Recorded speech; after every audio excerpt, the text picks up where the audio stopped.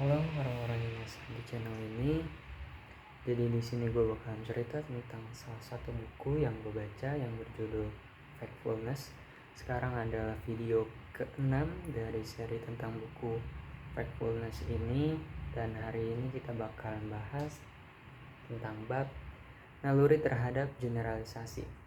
Sebenarnya generalisasi ini berguna untuk kita untuk mendeskripsikan dunia dengan lebih sederhana. Tetapi terkadang dalam beberapa hal generalisasi ini atau stereotyping justru akan memberikan kita gambaran yang salah tentang dunia. Contohnya adalah ketika penulis yaitu Hans Rosling ini bertanya kepada salah satu dari 10 bank terbesar di dunia tentang pertanyaan vaksinasi. Jadi dia bertanya berapa persentase kira-kira vaksinasi yang udah dilakukan terhadap anak di dunia. Dan ternyata dari banker ini menjawab bahwa di dunia ini baru ada 20% orang yang divaksinasi. Jadi ketika itu mereka ditanya diberikan pilihan 20%, 50% atau 80%. Tetapi jawaban yang sebenarnya adalah 80% populasi anak di dunia ini sudah mendapatkan vaksinasi.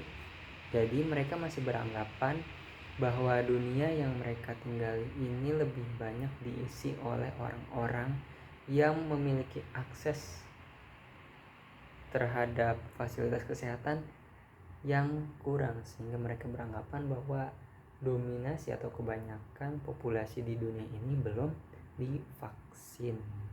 Nah, Dr. Hans Rosling sendiri ini mengusulkan kepada kita 5 cara untuk meragukan generalisasi. Yang pertama adalah mencari kesamaan dalam kelompok atau mencari kesamaan dalam kelompok yang berbeda atau mencari perbedaan dalam kelompok yang sama. Contoh, mencari kesamaan dalam kelompok yang berbeda yaitu ketika kita melihat bahwa di China, cara orang memasak pada tingkat pendapatan 1, pada tipe pendapatan 1, yang sebelumnya Dr. Hans Rosling ini udah membagi populasi dunia menjadi 4 tipe pendapatan, bahwa masyarakat dengan tipe pendapatan 1 di Cina itu cara masak airnya sama dengan orang India yang memiliki tipe pendapatan tingkat 1. Jadi sebenarnya entah dia masyarakat Cina, entah dia warga negara India, cara mereka masak itu lebih ditentukan dari tingkat pendapatan mereka. Kemudian mencari perbedaan dalam kelompok yang sama. Kita bisa melihat dalam satu negara pun, misalnya di Indonesia yang notabene adalah negara berkembang, di Indonesia sendiri pun dalam satu penduduk itu cara hidup mereka bisa berbeda-beda tergantung tingkat pendapatannya.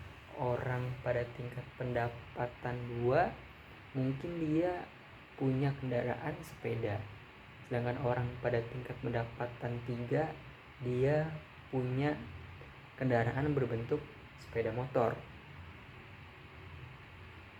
Dan orang yang punya tipe pendapatan 4 dia itu punya kendaraan berupa mobil. Jadi dalam satu kelompok pun masih ada perbedaan. Jadi kita nggak boleh menyamakan satu kelompok ini dengan kategori tertentu. Kemudian cara yang kedua adalah berhati-hati dengan mayoritas. Ketika kita mendapatkan informasi tentang mayoritas ini masih punya ruang terhadap multitafsir. Kenapa? Karena mayoritas ini bisa mewakili persentase dari 51% atau 98%. Kalau mayoritas yang kita anggap itu adalah 51%, maka keputusan yang kita ambil dari informasi mayoritas ini tentu mengabaikan 49% kelompok yang lain. Jadinya keputusan kita itu kurang tepat, karena sebenarnya hampir dari setengahnya itu tidak berkaitan dengan keputusan yang kita ambil. Tetapi kalau misalnya mayoritas ini mewakili angka dari 98 atau 97, maka ya tepat aja gitu kalau misalnya kita ngambil keputusan berdasarkan informasi dari mayoritas, misalnya mayoritas penduduk atau mayoritas etnis budaya, seperti itu. Kemudian tips ketiga, hati-hati terhadap contoh yang tidak lazim. Jadi kalau kita disodorkan contoh yang tidak lazim, kita harus meminta contoh yang lebih banyak atau kita tolak. Kenapa?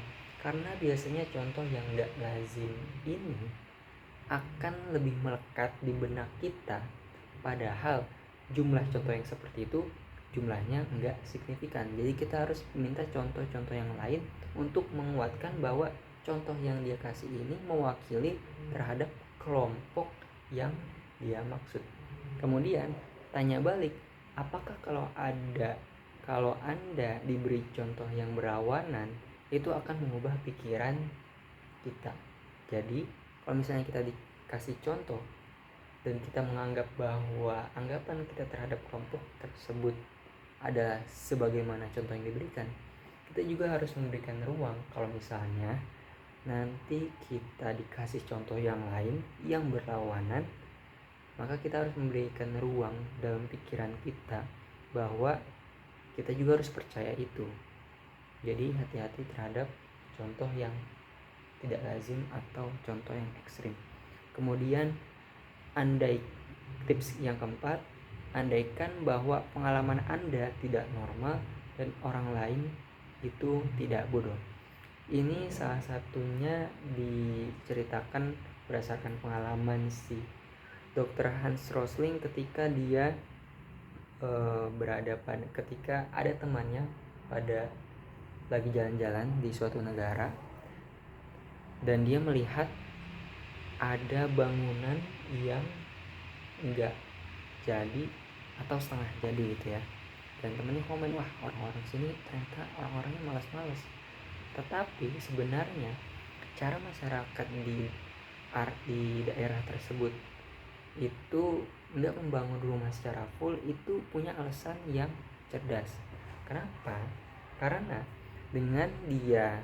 karena masyarakat yang miskin atau di daerah yang jauh umumnya itu nggak punya akses untuk membuat pinjaman atau membuat investasi. Jadi masyarakat di daerah tersebut itu berinvestasi dalam bentuk rumah secara sepotong-sepotong. Misalnya dia pertama beli batanya, kemudian dari bata itu kalau misalnya jumlahnya udah cukup, dia buat rumah walaupun nggak jadi semua gitu. Jadi dengan dia beli bata, nilainya itu nggak bakalan tergerus inflasi, dan setelah bata itu jadi rumah, bata itu nggak bisa dicolong. Artinya investasi yang dia buat itu aman, nggak bisa dicolong orang atau dicuri orang. Jadi dengan membuat rumah yang setengah jadi, sebenarnya dia itu udah mengatasi masalah tentang pencurian, mengatasi masalah tentang inflasi, dan mengatasi masalah tentang hutang. Karena biasanya masyarakat yang relatif miskin itu sama bank gak memenuhi syarat untuk melakukan pinjaman. Seperti itu ya, menurut gue sekian. Terima kasih.